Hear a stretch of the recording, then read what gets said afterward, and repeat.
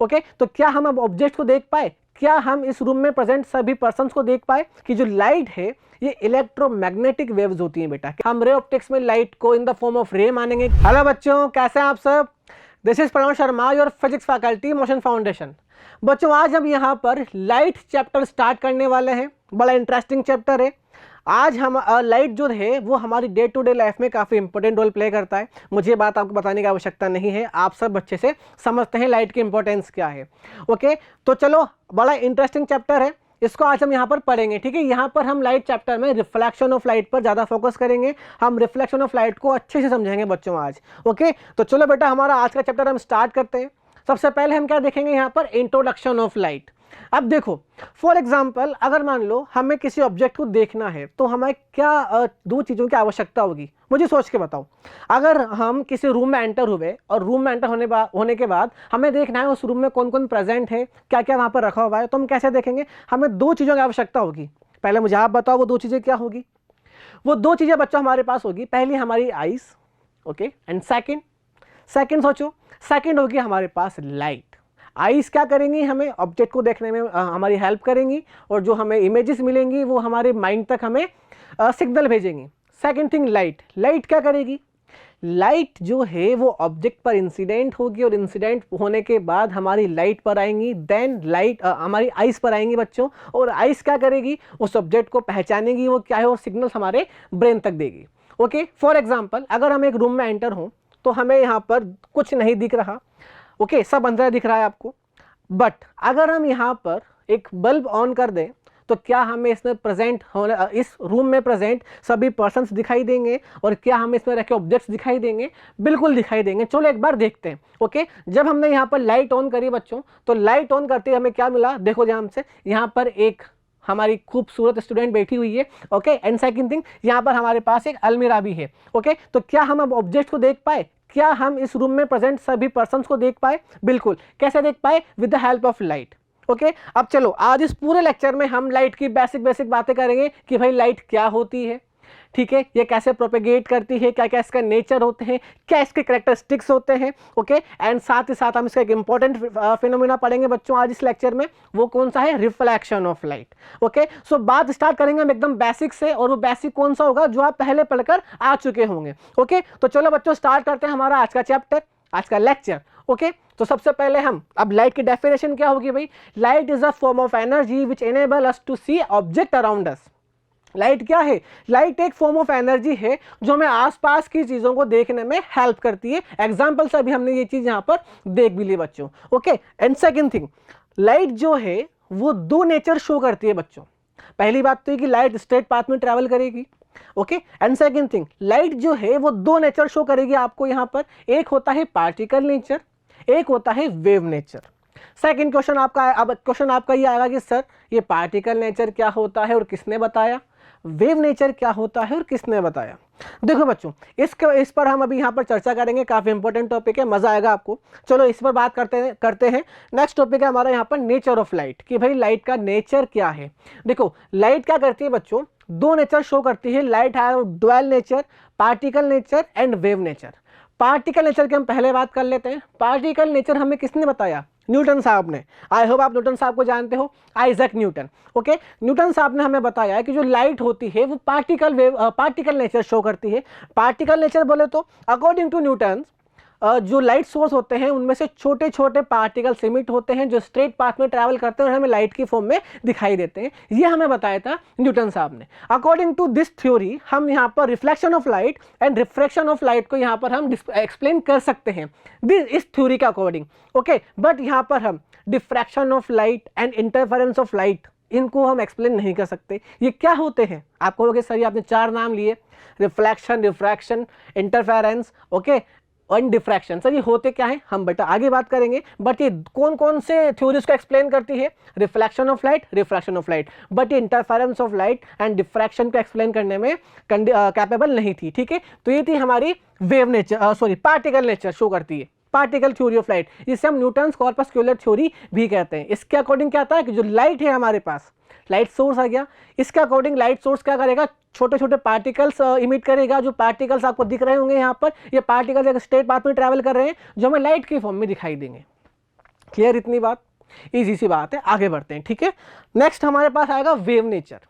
Wave nature किसने दिया था? वेव नेचर हमें दिया था हाइगन साहब ने। हाइगन बहुत अच्छे साइंटिस्ट थे, ओके, हालांकि सभी साइंटिस्ट अच्छे होते हैं। हाइगन साहब ने हमें बताया कि जो लाइट है वो कौन सा नेचर शो करेगी? वो वेव नेचर शो करती है। कैसा नेचर शो करती है बच्चों? वेव नेचर शो करती है। और उन्होंने हमें बताया, और इस वेव नेचर से हमने यहाँ पर इंटरफेरेंस ऑफ लाइट को भी अच्छे से एक्सप्लेन कर पाए एंड डिफ्रेक्शन ऑफ लाइट को भी अच्छे से एक्सप्लेन कर पाए, ठीक है, अकॉर्डिंग टू। और अच्छा, और उस टाइम पर हमें सिर्फ और सिर्फ मैकेनिकल वेव्स ही फाइंड थी, मीन्स ऐसी वेव्स जिनके प्रोपेगेशन के लिए हमें मीडियम की आवश्यकता होती है। तो हाइगन साहब ने बताया कि लाइट जो है वो मैकेनिकल वेव्स है, मतलब उनको प्रोपेगेशन के लिए कुछ ना कुछ मीडियम की आवश्यकता भी रही होगी, बिल्कुल होगी। तो हाइगन साहब ने क्या करा, उन्होंने एक मीडियम की परिकल्पना भी करी, उन्होंने इमेजिनेशन करी कि एक मीडियम ऐसा होगा जिस मीडियम में लाइट प्रोपेगेट करेगी, ट्रैवल करेगी, और उस मीडियम का जो नेचर होगा वो लाइट के नेचर के अकॉर्डिंगली सेटअप होगा। इस मीडियम को उन्होंने नाम दिया था ईथर। क्या नाम दिया था? ईथर नाम दिया था, याद रखना। बट ये जो इमेजिनेशन थी ये आगे चलकर जो एक्सपेरिमेंट्स हुए उसमें कैपेबल नहीं हो पाई, हर जगह सेटिस्फाई नहीं हुई। तो फिर हमें पता लगा बाद में कि जो लाइट है ये इलेक्ट्रोमैग्नेटिक वेव्स होती हैं बेटा। कैसी वेव्स होती हैं? इलेक्ट्रोमैग्नेटिक वेव्स होती हैं। मैकेनिकल वेव्स हम नहीं कहेंगे, ये होती है इलेक्ट्रोमैग्नेटिक वेव्स। मतलब इनके प्रोपेगेशन के लिए हमें मीडियम की आवश्यकता नहीं है, ये वैक्यूम में भी ट्रैवल कर सकती है। और अगर वैक्यूम में ट्रैवल कर रही है तो हमने मेजर करा कि इसकी स्पीड क्या होगी। इसकी स्पीड हमें मिली 3 × 10⁸ मीटर पर सेकेंड। क्लियर है इतनी बात?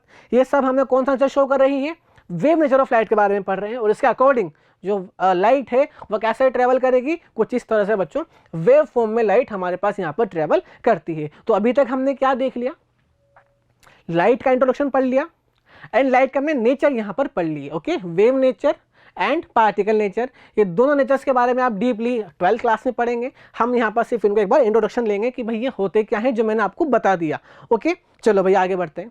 नेक्स्ट हमारे पास क्या है? Ray optics. यहाँ पर हम बच्चों रे ऑप्टिक्स में लाइट को रेस की फॉर्म में पढ़ेंगे, मींस लाइट का जो प्रोपेगेशन होगा उसको हम रेस के फॉर्म में मानेंगे। रे ऑप्टिक्स हमें लाइट का जो इमेज बनाती है लाइट, वो इमेज फॉर्मेशन में भी हमारा हेल्प करता है। मींस हम यहाँ पर समझेंगे with the help of ray optics कि लाइट जो है वह किस तरह से इमेज को बनाती है। इमेज फॉर्मेशन हम यहाँ पर रे ऑप्टिक्स में यहाँ पर देखेंगे, ओके। तो देखो, the ray optics reads the propagation of light in terms of rays and is valid only. ये वैलिड कब होगी?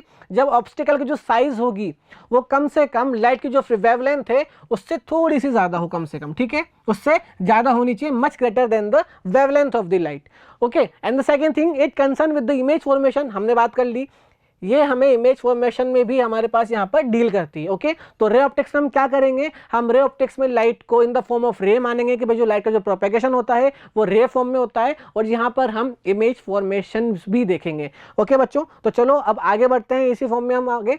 पहले हमारे पास रे ऑफ लाइट, कि भाई लाइट होती क्या है। देखो, लाइट है, ट्रैवल कर रही है, ओके। तो जब लाइट ट्रैवल करती है तो उस पाथ को हम, या लाइट का जो ट्रैवल होता है उसको हम रे से रिप्रेजेंट करते हैं। किससे रिप्रेजेंट करते हैं? रे से। और ये हम इमेजिन करते हैं कि देखो, हमने यहाँ पर एक लाइट अगर ट्रैवल कर रही है तो उसको हम किससे रिप्रेजेंट करेंगे? रे से। कुछ इस तरह से प्रेजेंट करते हैं, ठीक है। A ray can be defined as imaginary lines. ध्यान से देखो, a ray can be defined as imaginary lines drawn in the direction in which light is travelling.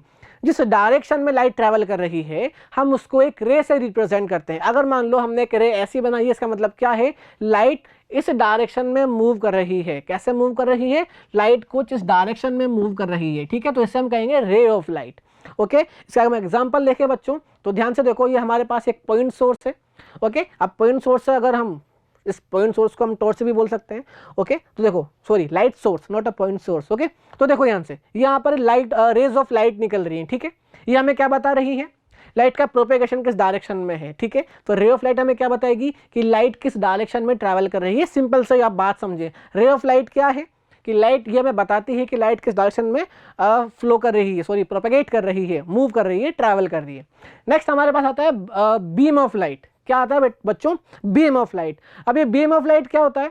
ये जो रेज अभी हमने देखी, इन रेस को अगर हम कलेक्शन कर दें, इनका एक बंच बना लें, उससे हम कहेंगे beam of light, means collection of the rays. Beam of light मतलब कलेक्शन ऑफ द रेज। ये जो बीम होती है बच्चों, ये 3 टाइप्स की होती है, parallel beam, convergent beam and divergent beam. And I hope आप इनके बारे में प्रीवियस क्लासेस में अच्छे से पढ़कर आ चुके हैं। हम रे ऑफ लाइट भी पढ़ लेते हैं, बीम ऑफ लाइट भी हम पहले पढ़कर आ चुके हैं यहाँ पर, ठीक है। हम यहाँ पर एग्जांपल देखेंगे सिर्फ और सिर्फ, ये देखो यहाँ पर हमारे पास है बीम ऑफ लाइट, ओके, ये आपको दिख रही होगी यहाँ पर। Beam of light means collection of light, rays, light rays, ठीक है। चलो आगे बढ़ते हैं बच्चों, ये हो गया हमारा बीम ऑफ लाइट। अब देखो कैरेक्टरिस्टिक्स ऑफ लाइट, हम यहाँ पर लाइट के कुछ कैरेक्टरिस्टिक्स देखेंगे। फॉर एग्जांपल अगर मैं पहला बात करूँ तो जो लाइट होती है वो स्ट्रेट पाथ में ट्रैवल करती है। कैसा ट्रैवल करती है? Light travel in a straight path. Example अगर हम इसकी बात करें तो देखो हमने यहाँ पर एक कैंडल रखी है, ओके ओके, एंड देखो यहाँ पर हमने लिया एक पाइप और एक पर्सन है यहाँ पर, ध्यान से देखो, दिख रहा है आप लोगों को।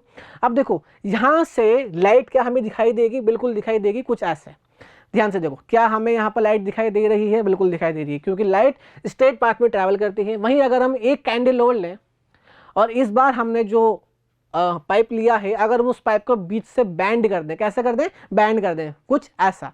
अगर हमने इसको यहाँ पर पाइप को बैंड कर दिया तो बताओ क्या मुझे यहाँ पर लाइट दिखाई देगी? क्या मुझे कैंडल दिखाई देगी?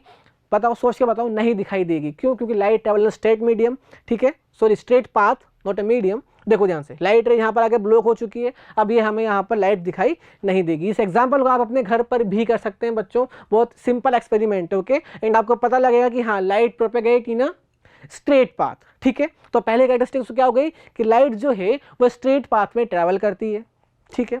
सेकंड देखते हैं भाई, सेकंड क्या है? सेकंड हमारे पास यहाँ पर लाइट इज इलेक्ट्रोमैग्नेटिक वेव। इसके बारे में हम पहले बात कर चुके हैं स्लाइड्स में कि लाइट जो है वो इलेक्ट्रोमैग्नेटिक वेव होती है। सेकंड क्या है हमारे पास? लाइट की जो स्पीड होती है, sorry, it does not require a material medium for its propagation, ठीक है। Light can travel through vacuum, इसके बारे में हम बात कर चुके हैं कि भाई लाइट इलेक्ट्रोमैग्नेटिक वेव होती है, मतलब इनको प्रोपेगेशन के लिए मीडियम की आवश्यकता नहीं होती है, वैक्यूम में भी ट्रैवल कर सकती है, ठीक है बच्चों। नेक्स्ट क्या है हमारे पास की जो स्पीड होती है वो कितनी होती है? 3 × 10⁻⁸ मीटर पर सेकेंड। याद रखना है, सब कैरेक्टरिस्टिक्स ऑफ लाइट है, आपसे बोर्ड में पूछा जा सकता है, ठीक है। चलो भाई नेक्स्ट है, अब देखो जब लाइट एक पॉलिश्ड सरफेस पर इंसिडेंट होती है तो वो वापस से वो रिफ्लेक्ट हो जाती है, इसे हम कहते हैं रिफ्लेक्शन ऑफ लाइट। इसके बारे में हम पूरा यहाँ पर पढ़ेंगे आज। एंड सेकंड थिंग, अगर लाइट एक मीडियम से चलती हुई दूसरे मीडियम में इंटरफेस होती है, दूसरे मीडियम में जाती है तो वो अपने पाथ से डेविएट हो जाती है, इसे हम कहते हैं रिफ्रैक्शन ऑफ लाइट। मतलब जब लाइट एक स्मूथ सरफेस पर इंसिडेंट होगी तो वहाँ पर रिफ्लेक्शन ऑफ लाइट होगा, लाइट का रिफ्लेक्शन होगा, ठीक है। एंड जब लाइट एक मीडियम से दूसरे मीडियम में जाएगी तो वहां पर उसका रिफ्रैक्शन होगा। ये क्या होते हैं हम यहां पर पढ़ेंगे अच्छे से, ठीक है, को आपको चिंता करने वाली बात नहीं है। अब देखो हमारे पास टॉपिक है the behaviour of a light at A interference of 2 medium. भाई हमारे पास मान लो 2 मीडियम है, एक एयर है एक वाटर है। अब जब लाइट एक मीडियम से दूसरे मीडियम में जाती है तो वहां पर क्या होता है? चलो देखते हैं एक बार, आप लोग बताना मुझे क्या हो सकता है। मान लो एक मीडियम मेरे पास एयर है, सेकंड मीडियम मेरे पास यहाँ पर वाटर है, दिख रहा होगा आप सब बच्चों को। अब अगर बच्चों हम यहाँ पर एक लाइट ले आए, मान लो मैं यहाँ पर एक लाइट ले आया, मैं टॉर्च लेकर आ गया। अब जब हम यहाँ पर एक लाइट को इंसिडेंट कराएंगे तो लाइट एयर से वाटर पर इंसिडेंट होगी, ठीक है, इंटरफेरेंस पर इंसिडेंट होगी। अब यहाँ पर देखना क्या होता है, ध्यान से देखना बच्चों, यहाँ पर क्या हो रहा है मुझे देखकर बताओ। देखो ध्यान से, यहाँ पर हम क्या देख पा रहे हैं? हम यहाँ पर देख सकते हैं कि लाइट का कुछ पार्ट, जब लाइट वाटर पर इंसिडेंट हो रही है, वाटर के सरफेस पर इंसिडेंट हो रही है, तो लाइट का कुछ पार्ट तो वाटर के अंदर जा रहा है एंड कुछ पार्ट वापस से एयर में चला गया, ठीक है। 2 ही बातें हो रही है यहाँ पर, लाइट इंसिडेंट हुई, कुछ पार्ट वाटर में गया, कुछ पार्ट वापस एयर में चला गया, मींस सेम मीडियम में चला गया। तो अब मेरी बात को ध्यान से समझना बच्चों, सुनना। जब लाइट एक मीडियम से ट्रैवल करती हुई किसी सरफेस पर इंसिडेंट होती है, वो सरफेस चाहे मीडियम की ही क्यों ना हो, अगर वो वापस से सेम मीडियम में लौट जाए जो कि यहाँ हो रहा है, उससे हम कहते हैं रिफ्लेक्शन ऑफ लाइट। क्या कहते हैं बच्चों? Reflection of light. तो यहाँ पर कौन सा फिनोमेना हो रहा है? ये हो रहा है हमारे पास रिफ्लेक्शन ऑफ लाइट। क्या हो रहा है भाई? Reflection of light. समझ में आ रहा है क्या? ठीक है, समझ में आ रहा है ना बच्चों? ये सब क्या होगा? Reflection of light. Second thing की बात करते हैं। अब क्या हो रहा है? कुछ पार्ट यहां पर अंदर भी जा रहा है, बट ध्यान से देखो, जब ये अंदर जा रहा है तो क्या इसकी डायरेक्शन सेम है क्या? ध्यान से देखो, थोड़ी सी डायरेक्शन इसकी चेंज हो गई। ये लाइट का जो पाथ है कुछ ऐसा था, ध्यान से देखो, ये लाइट का जो पाथ था वो हमारे पास कुछ ऐसा था, बट अब कैसा हो गया? कुछ ऐसा हो गया, ठीक है, दिख रहा है आप लोगों को? कुछ ऐसा हो गया। सो मीन्स लाइट अपने पाथ से डेविएट हो गई, भटक गई। अरे हाँ या ना यार, समझ में आ रहा है क्या? लाइट क्या हुई, अपने पाथ से भटक गई भाई, डेविएट हो गई।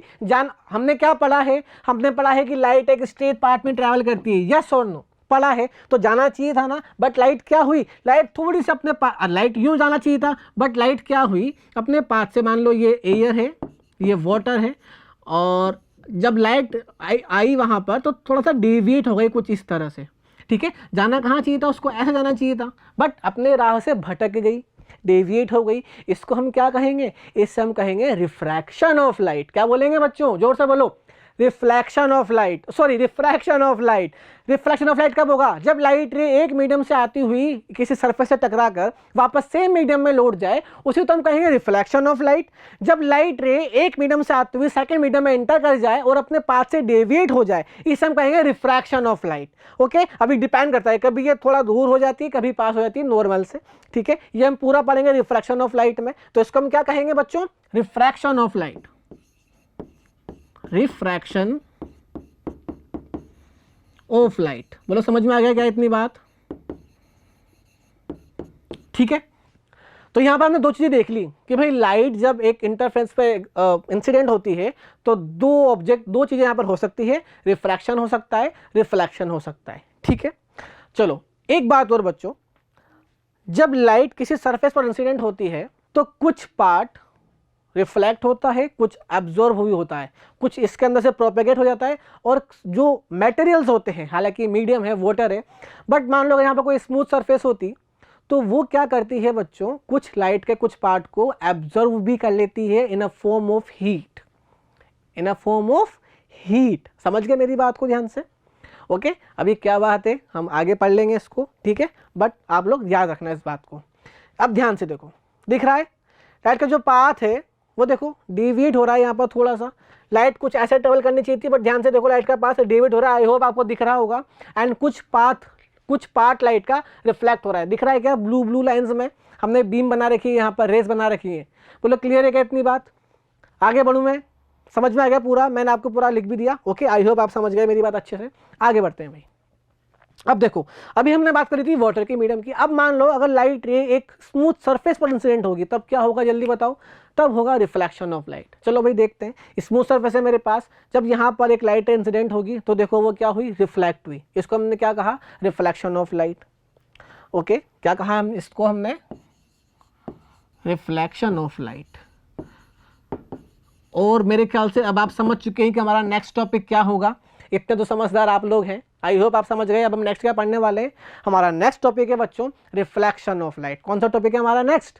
Reflection of light. So reflection of light में क्या होगा, क्या मुझे जरूरत है क्या बताने की है? देखो रिफ्लेक्शन ऑफ लाइट में क्या होगा, जब लाइट रे एक मीडियम में चलती हुई किसी स्मूथ सरफेस से इंसिडेंट होती है, वापस से वो सेम मीडियम में लौट जाती है, इस फिनोमेना को हम कहते हैं रिफ्लेक्शन ऑफ लाइट। ठीक है, देखो क्या हो रहा है, यहाँ पर हमारे पास एक स्मूथ सरफेस है, ठीक है, मान लो मैंने एक मिरर लिया है। देखो हम स्मूथ सरफेस को मिरर कंसीडर कर सकते हैं।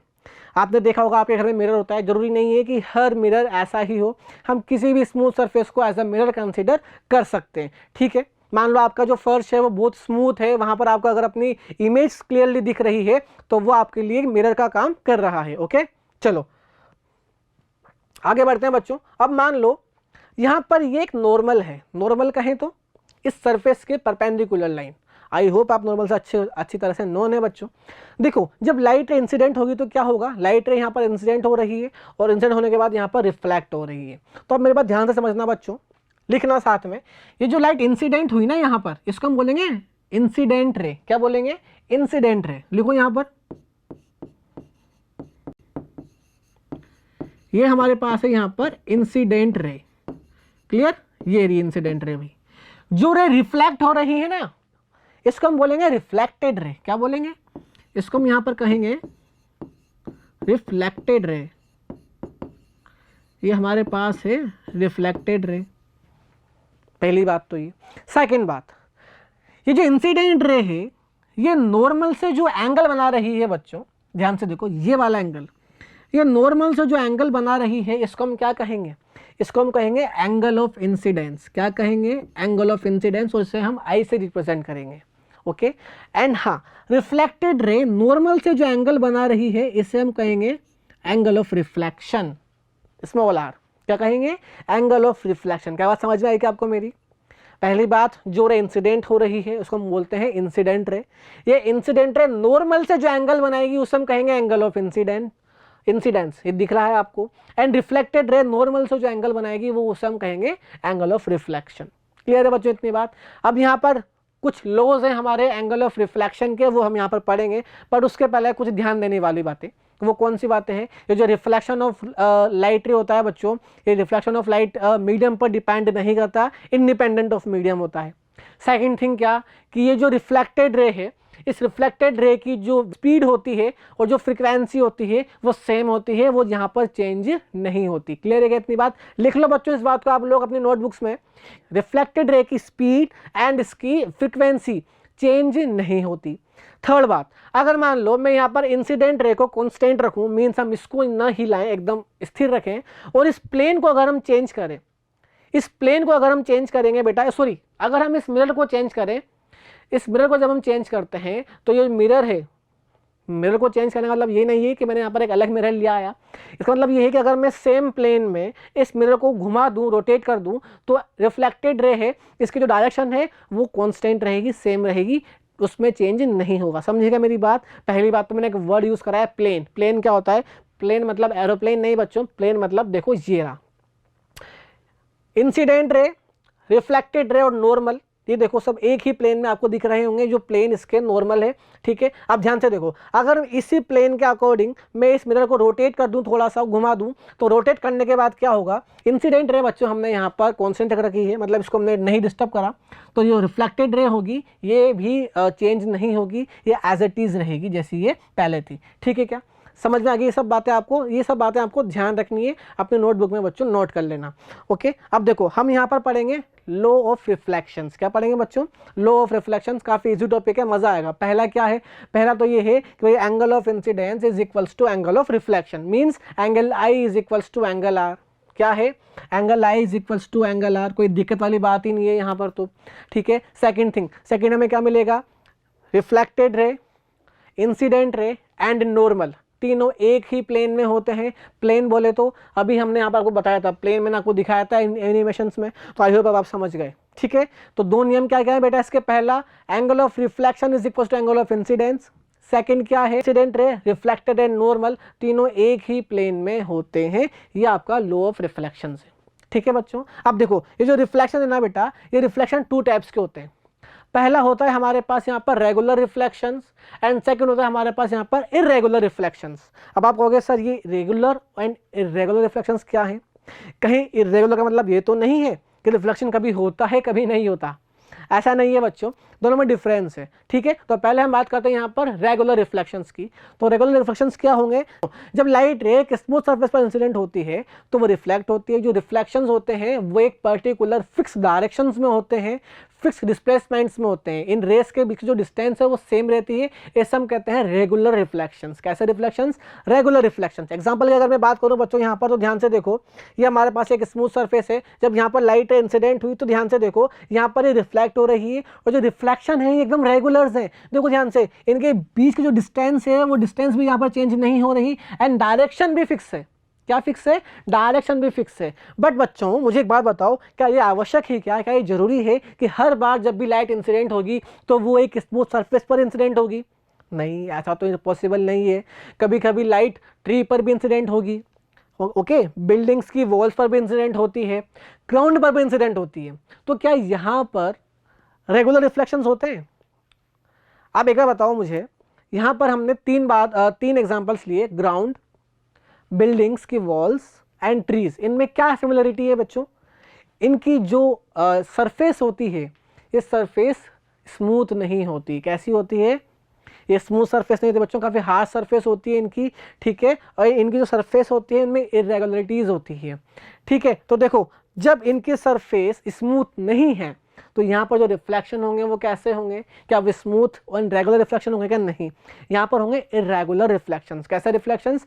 Irregular reflections. तो ऐसी सरफेस जो स्मूथ नहीं होती, वहाँ पर जब रे ऑफ लाइट इंसिडेंट होती है तो वहाँ पर जो रिफ्लेक्शन होंगे वो इरेगुलर रिफ्लेक्शंस होते हैं। वो कैसे दिखाई देते हैं? ध्यान से देखो, मान लो ये मैंने एक ट्री की सरफेस बनाई हुई है, ओके अब यहाँ पर जब लाइट इंसिडेंट होगी तो देखो कुछ इरेगुलर रिफ्लेक्शंस होंगे। यहाँ पर देखो लाइट रे जो है वो अलग अलग डायरेक्शन में मूव कर रही हैं, इनके जो डिस्टेंस है वो भी यहाँ पर डिफरेंट डिफरेंट है, ठीक है। तो ये कौन सा आपके पास रिफ्लेक्शन हो जाएगा, इरेगुलर रिफ्लेक्शन हो जाएगा। The phenomena due to which the parallel beam of light travelling through the some medium gets reflected in the various possible directions on the striking some rough surface. Okay कैसी surface हो जाती है ये सब rough surfaces है, not a smooth surface. तो rough surface से हमें कैसे मिलेंगे रिफ्लेक्शन बेटा, इरेगुलर रिफ्लेक्शंस। स्मूथ सरफेस से कैसे रिफ्लेक्शन मिलेंगे, हमें रेगुलर रिफ्लेक्शन मिलेंगे। सेकंड थिंग, हमें जो इमेज फॉर्मेशन चाहिए होती है उसके लिए हमें रेगुलर रिफ्लेक्शन की आवश्यकता होती है, ठीक है। क्लियर है इतनी बात, आगे बढ़ेंगे भाई। रिफ्लेक्शन समझ में आ गया अच्छे से आपको, ओके चलो भाई। अब देखो रिफ्लेक्शन के जो न्यूमेरिकल्स होते हैं काफ़ी ज़्यादा ईजी होते हैं, ओके हम इसको इस चैप्टर के एंड में भी करेंगे। आई होप आप पहले भी करके आ चुके हैं, तो इसलिए हम यहाँ पर उसको नहीं करेंगे बच्चों, ओके हम इसको चैप्टर के एंड में ले लेंगे, ओके। अब देखो नेक्स्ट हमारे पास मिरर। मिरर क्या होता है भाई, देखो मिरर की अगर हम बात करें तो एक पॉलिश्ड सरफेस या फिर कोई भी सरफेस लें, उसको अगर हम उसके एक पार्ट को हम सिल्वर से अगर हम उसको पॉलिश कर दें एंड उसका दूसरा पार्ट उसका हम ऑपेक बना दें, तो हमें जो ऑब्जेक्ट मिलेगा वो मिरर होगा। क्या होगा, मिरर।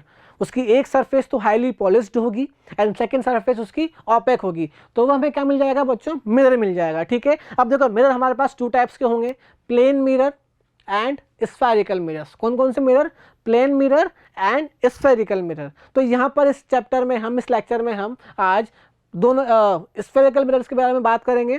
प्लेन मिरर्स आप पहले पढ़कर आ चुके हैं, तो प्लेन मिरर के लिए हम यहाँ पर सिर्फ और सिर्फ मैं आपको एक आइडिया दूंगा कि प्लेन मिरर्स क्या क्या होते हैं। चिंता मत करो, अगर आप लोग नहीं भी पढ़कर आए तो हम इतना तो पढ़ेंगे यहाँ पर कि आप अच्छे से समझ जाओगे कि प्लेन मिरर्स क्या होते हैं। बट हमारा मेन फोकस किस पर रहेगा, स्फेरिकल मिरर्स पर रहेगा। तो चलो स्टार्ट करते हैं हमारा मिरर वाला पार्ट। अभी तक हमने लाइट को अच्छे से पढ़ लिया, लाइट के बेसिक हमने समझ लिया, ray of light, beam of light, behaviour of light, characteristics of light, okay and reflection of light. अब हम बात करेंगे मिरर्स की।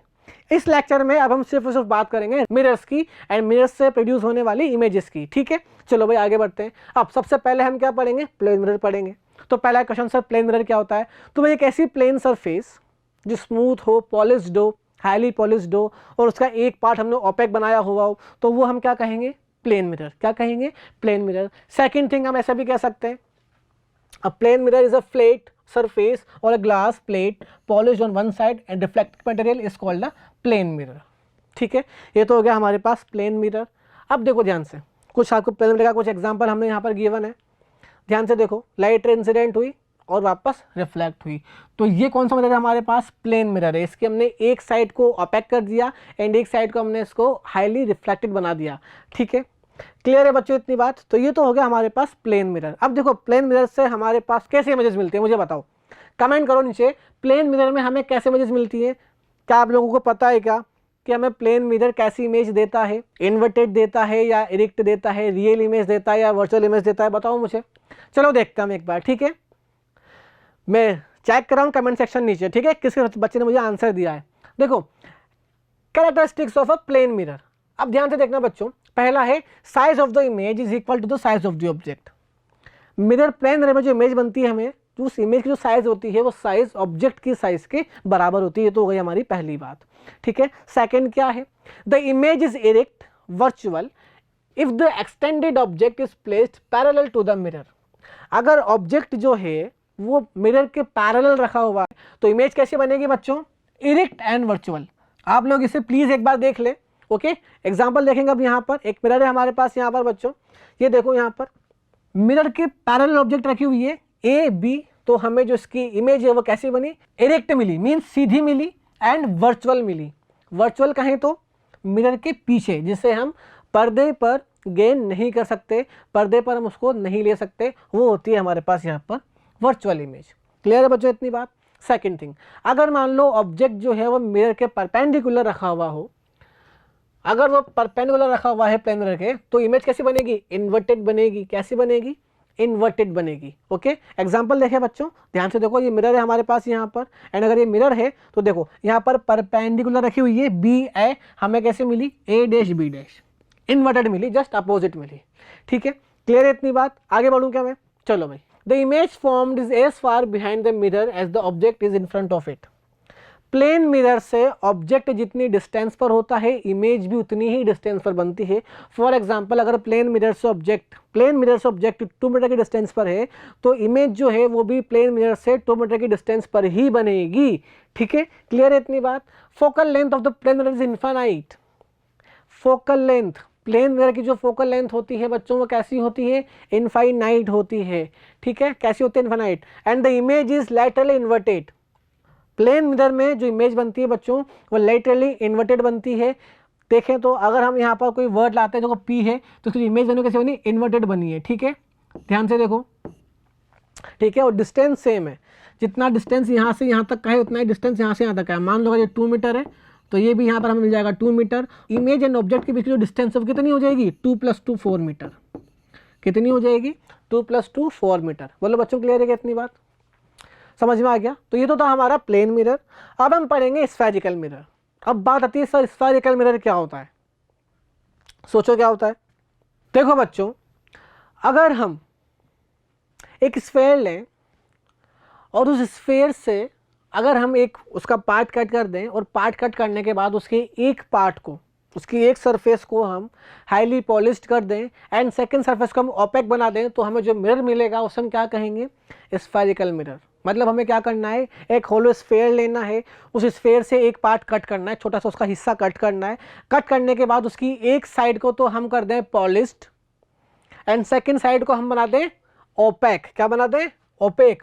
तो हमें जो ऑब्जेक्ट मिलेगा, जो मिरर मिलेगा उसे हम क्या कहेंगे, स्फेरिकल मिरर। क्या कहेंगे बच्चों, स्फेरिकल मिरर कहेंगे। ठीक है, अब mirror whose polished reflecting surface is a part of a hollow sphere of a glass is called a spherical mirror. ठीक है भाई, हमने यहाँ पर बात कर ली इसकी। For spherical mirror one of the two curvature serves. ठीक है, यही सब बातें जो मैंने आपको बता दी। ओके, अब देखो ये होता कैसे है, इसको हम एक बार देखेंगे बच्चों ध्यान से। यहाँ पर for the polishing side there are 2 types of spherical mirror. देखो हमें यहाँ पर स्फेरिकल मिरर 2 टाइप के मिलते हैं बच्चों, concave mirror and convex mirror. अब ये क्या होते हैं हम यहाँ पर बात करेंगे अभी आगे। तो स्फेरिकल मिरर क्या होते हैं, एक होलो स्फेयर लिया, उसके एक पार्ट को हमने कट करा, एक पार्ट को हमने हाईली पॉलिश्ड बनाया, सेकंड पार्ट को हमने उसको मतलब सेकंड साइड को हमने ओपेक बना दिया। हमें जो ऑब्जेक्ट मिला वो हमें मिला स्फेरिकल मिरर, या फिर हमें जो मिरर मिला उसे हम कहेंगे स्फेरिकल मिरर। ये 2 टाइप्स के होते हैं बच्चों, concave mirror and convex mirror. ठीक है, कितने टाइप्स के होते हैं, 2 टाइप्स के होते हैं, concave mirror and convex mirror. ठीक है, चलो भाई अब ये क्या होते हैं इनके बारे में हम बात करते हैं। चलो भाई आगे, सबसे पहले हम क्या करेंगे, सीखेंगे कि ये बनता कैसे है। ठीक है, देखो स्फेरिकल मिरर दिख रहा है आप लोगों को स्क्रीन पर, क्या ये एक स्फेयर है, होलो स्फेयर है, बिल्कुल। यहाँ से हमने यहाँ पर 2 पार्ट्स उसके कट करे, ध्यान से देखना, क्या आपको दिख रहा है 2 पार्ट्स। मैंने यहाँ से एक पार्ट यहाँ पर कट करा, जब मैंने यहाँ से एक पार्ट कट करा तो ध्यान से देखो मैंने इसकी एक सरफेस को हाईली पॉलिश्ड कर दिया, एक सरफेस को ओपेक बना दिया। तो ये जो मुझे मिरर मिला, ये मुझे मिरर कौन सा मिला, ध्यान से देखो, ये वाली पार्ट जो है हमने बना दी कैसी, हाईली रिफ्लेक्टेड, ये वाली बना दी हमने ओपेक। तो ये हमें क्या मिला, ये हमें मिला कॉनकेव मिरर। कौन सा मिरर बच्चों, कॉनकेव मिरर। ठीक है, सेकंड अगर हम एक पार्ट यहाँ से एज इट इज निकाल लें तो देखो हमने अगर इसका ये वाला पार्ट हमने पॉलिश कर दिया, ये वाला हमने यहाँ पर ओपेक बना दिया, तो अब हमें ये कौन सा मिरर मिला, ये हमें मिला कॉन्वेक्स मिरर। कैसा मिरर बच्चों, कॉन्वेक्स मिरर। बोलो क्लियर है क्या इतनी बात। ये तो है कॉन्वेक्स मिरर एंड ये है हमारे पास कॉनकेव मिरर। अब आपको दिख रहा होगा ध्यान से, तो देखो ध्यान से, अगर मिरर कुछ ऐसा है और ये वाली सरफेस उसकी कैसी है, ओपेक है, और लाइट रे यहाँ पर इंसिडेंट हो रही है ऐसे, तो ये आपका होगा कॉनकेव मिरर। एंड अगर आपके पास मिरर कुछ ऐसा है, ये वाली साइड आपकी अगर ओपेक है तो ये होगा आपके पास कॉन्वेक्स मिरर। ठीक है, ये रहा आपके पास कॉन्वेक्स मिरर और ये रहा आपके पास कॉनकेव मिरर। अब कुछ बच्चे कंफ्यूज होते हैं कभी कभी कि सर कौन सा मिरर कॉन्वेक्स है कौन सा कॉनकेव है, समझ नहीं आता। बस एक उल्टा सी और सीधा सीखा है तो फर्क है। देखो बच्चों, कॉनकेव मिरर, कॉनकेव में एक वर्ड आ रहा है केव, केव मतलब गुफा। तो देखो अगर मैं एक मिरर को ऐसा बनाता हूँ तो क्या ये आपको थोड़ा गुफा टाइप दिख रहा है क्या, ठीक है, तो लाइट रे ऐसे इंसिडेंट हो रही है ना, देखो ध्यान से, मान लो इसका इंटरफेरेंस है तो लाइट रे कुछ ऐसे इंसिडेंट हो रही है तो मतलब केव में जा रही है, तो ये कौन सा मिरर होगा, कॉनकेव। और जो रिमेनिंग होगा दूसरा उसको हम क्या कहेंगे, कॉन्वेक्स मिरर। याद रखना, वैसे बच्चों को याद रहता है बट कुछ बच्चे भोले भाले बच्चे होते हैं, भोलू बच्चा जैसे हम कहें, वो बच्चा भूल जाता है, तो वो बच्चा केव याद रख ले। ठीक है, केव तो सबको याद ही रहेगा वर्ड, एंड ये आई थिंक आपको हेल्प करेगा, ठीक है, याद रखने में। चलो भाई आगे बढ़ते हैं। ये हो गया हमारा स्फेरिकल मिरर्स। अब terminology for spherical mirrors. Spherical mirrors के लिए कुछ टर्मिनोलॉजी है बच्चों, वो क्या है चलो भाई देखते हैं। हमारे पास पहला है अपर्चर। ये क्या होता है भाई, अब हमने जो लेंस निकाला है, जो मिरर निकाला है, जो पार्ट हमने कट करा है, उस कट वाले पार्ट का ये जो पूरा हमारे पास डिस्टेंस होगा, इसे हम बोलेंगे अपर्चर ऑफ मिरर। क्या बोलेंगे बेटा, अपर्चर ऑफ अ मिरर। अभी मिरर कौन सा हमारे पास, कॉनकेव मिरर है, ठीक है। ये ए जो डैश होगी इसकी अपर्चर, मतलब वो वाला पार्ट जहां पर लाइट रे इंसिडेंस हो सकती है। यहाँ पर भी इंसिडेंस हो सकती है लाइट रे, यहाँ पर भी होगी, यहाँ पर भी होगी, यहाँ पर भी होगी, तो पूरी लेंथ क्या हो जाएगी इसकी, ये हमें मिलेगी यहाँ पर अपर्चर। ओके, सेकंड थिंग देखेंगे बच्चों, पोल। सेकंड हमारे पास क्या है, पोल।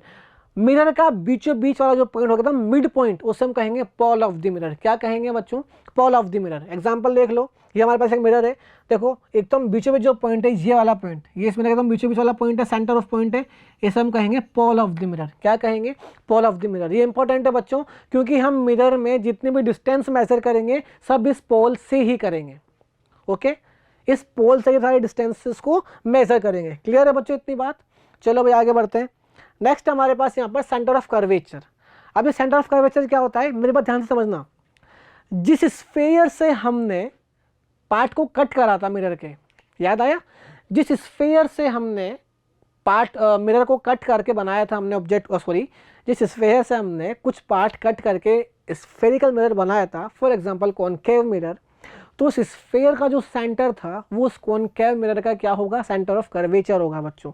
ठीक है, तो किसी भी कॉनकेव मिरर या कॉन्वेक्स मिरर, किसी भी मिरर का जो सेंटर ऑफ कर्वेचर होता है वो क्या होता है, वो उस स्फीयर का सेंटर होता है जहां से उसको काट कर बनाया गया है।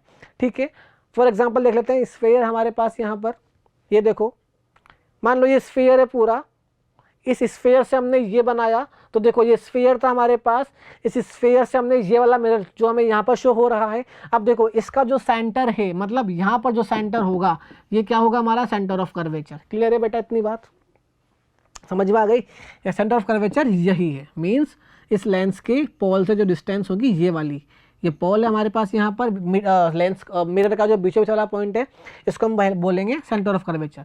सेकेंड हमारे पास आएगा रेडियस ऑफ कर्वेचर। अब रेडियस ऑफ कर्वेचर क्या होगा, मिरर को, मान लो अगर मैं इस मिरर की बात कर रहा हूं, तो ये मिरर जिस स्फीयर से हमने कट करके बनाया है, इस स्फीयर की जो रेडियस होगी, ये रेडियस, इसको हम बोलेंगे रेडियस ऑफ कर्वेचर। इस मिरर के लिए क्या बोलेंगे, रेडियस ऑफ कर्वेचर। तो अगर मैं यहाँ बात करूँ तो ये जो डिस्टेंस होगी बच्चों, ये होगी हमारे पास रेडियस ऑफ कर्वेचर। क्या हो जाएगी, रेडियस ऑफ कर्वेचर। बोलो क्लियर है क्या इतनी बात, दिख रहा है आप लोगों को ध्यान से, ये देखो ये जो डिस्टेंस है इसका रेडियस ऑफ कर्वेचर। क्लियर है इतनी बात। चलो भाई आगे बढ़ते हैं, अगर इतनी बात क्लियर तो। नेक्स्ट हमारे पास प्रिंसिपल एक्सिस। क्या है नेक्स्ट हमारे पास प्रिंसिपल एक्सिस। अब प्रिंसिपल एक्सिस क्या होंगी, देखो, the straight line passing through the centre of the curvature. एक ऐसी स्ट्रेट लाइन जो सेंटर ऑफ कर्वेचर के एकदम मिड से पास होती है और पोल से पास होती है, उससे हम कहते हैं क्या, प्रिंसिपल एक्सिस। अरे भाई ये हमारे पास स्फीयर था, इस स्फीयर का मिड पॉइंट पोल है, सेंटर ऑफ कर्वेचर है। ठीक है, तो देखो सॉरी, ये सेंटर ऑफ कर्वेचर है इसका, और पोल क्या है, मान लो हमने ये वाला पार्ट अगर इसका कट कर दिया तो यहाँ पर इसका पोल आ जाएगा मिरर का, तो सेंटर ऑफ कर्वेचर और पोल से जो लाइन जाएगी, इससे हम, हालांकि मेरी नहीं जा रही बट जाएगी, इसे हम कहते हैं प्रिंसिपल एक्सिस। क्या कहते हैं, इसे हम कहते हैं बच्चों प्रिंसिपल एक्सिस। बोलो क्लियर है इतनी बात। ये देखो एक मिरर है, यहाँ पर हमारे पास पोल है, ये सेंटर ऑफ कर्वेचर है, मतलब ये कुछ ऐसा बना होगा। ठीक है, तो जो लाइन जा रही है उसको हम क्या बोलेंगे, प्रिंसिपल एक्सिस। बोलो क्लियर है कितनी बात। सेकंड हमारे पास पैराक्सल रेज, एसी रेज जिनका एंगल ऑफ इंसिडेंस काफ़ी छोटा होता है, टेंस टू 0 हम कह सकते हैं, उसे हम बोलते हैं पैराक्सल रेज। ठीक है, the ray which have a very small angle of incidence are known as a paraxial rays. Small angle of incidence मतलब एंगल ऑफ आई जो होगा वो काफ़ी ज़्यादा स्मॉल होगा, छोटा होगा। ठीक है, क्लियर है इतनी बात। चलो भाई आगे बढ़ते हैं। नेक्स्ट हम बात करेंगे, आगे बढ़ते हैं, प्रिंसिपल फोकस और फोकस। अब ये फोकस क्या होती है, आई होप आप याद करते हुए चल रहे हैं। इन सबको याद करना है आप लोगों को। हम आगे रे डायग्राम्स बनाएंगे इसी लेक्चर में जो बहुत काम की आएगी हमारे पास। ये सब चीज़ें नोट कर लेना और साथ ही साथ इनको याद भी रखना कि कौन सी ऑब्जेक्ट क्या होती है, ठीक है। टर्मिनोलॉजी याद रखनी है बच्चों आप लोगों को। ओके, अब देखो नेक्स्ट हमारे पास प्रिंसिपल फोकस। प्रिंसिपल फोकस क्या होगा, प्रिंसिपल फोकस क्या होगा बच्चों, यहाँ पर हमारे पास देखो, प्रिंसिपल एक्सिस पर प्रेजेंट एक ऐसा पॉइंट जिस पॉइंट पर प्रिंसिपल रे के पैरेलल आती हुई लाइट रे मिरर से रिफ्लेक्ट होकर उस पॉइंट पर इंसिडेंट होती है, उस पॉइंट को हम, उस इंसिडेंट ऑफ पॉइंट को हम कहेंगे प्रिंसिपल फोकस। समझ में आई क्या मेरी बात, क्या हो रहा है, एक मिरर है हमारे पास, उस मिरर में प्रिंसिपल एक्सिस के पैरेलल चलती हुई लाइट रेज आ रही हैं, उससे रिफ्लेक्ट होकर प्रिंसिपल एक्सिस पर ही एक पॉइंट पर इंसिडेंट हो रही है, उसको हम बोलते हैं प्रिंसिपल फोकस या फिर focus of the mirror. Example देखेंगे हम, ये देखना मिरर है हमारे पास, यहाँ पर एक लाइट रेज आई एंड एक पॉइंट पर, ये प्रिंसिपल एक्सिस है बच्चों, यहाँ पर ये प्रिंसिपल एक्सिस है, ये दो लाइट रेज है, ये देखो आई और क्या हुई, एक पॉइंट पर इंसिडेंट हो रही है। इस पॉइंट को हम क्या कहेंगे, ये जो पॉइंट है हमारे पास, ये पॉइंट हमारे पास फोकस पॉइंट, क्या है, फोकस पॉइंट, ठीक है। और यहाँ से इस फोकस पॉइंट से ये जो पोल की जो डिस्टेंस है इसको हम बोलेंगे फोकल लेंथ, क्या कहेंगे, इसे हम कहेंगे फोकल लेंथ। तो नेक्स्ट टॉपिक हमारा यही है, focal length means focus point की पोल से जो डिस्टेंस होती है उससे हम कहते हैं फोकस पॉइंट। बोलो क्लियर है क्या बच्चों इतनी बात। अच्छा, हमें यहाँ पर एक रिलेशन भी मिलता है, वो रिलेशन क्या है, f is equals to r by to.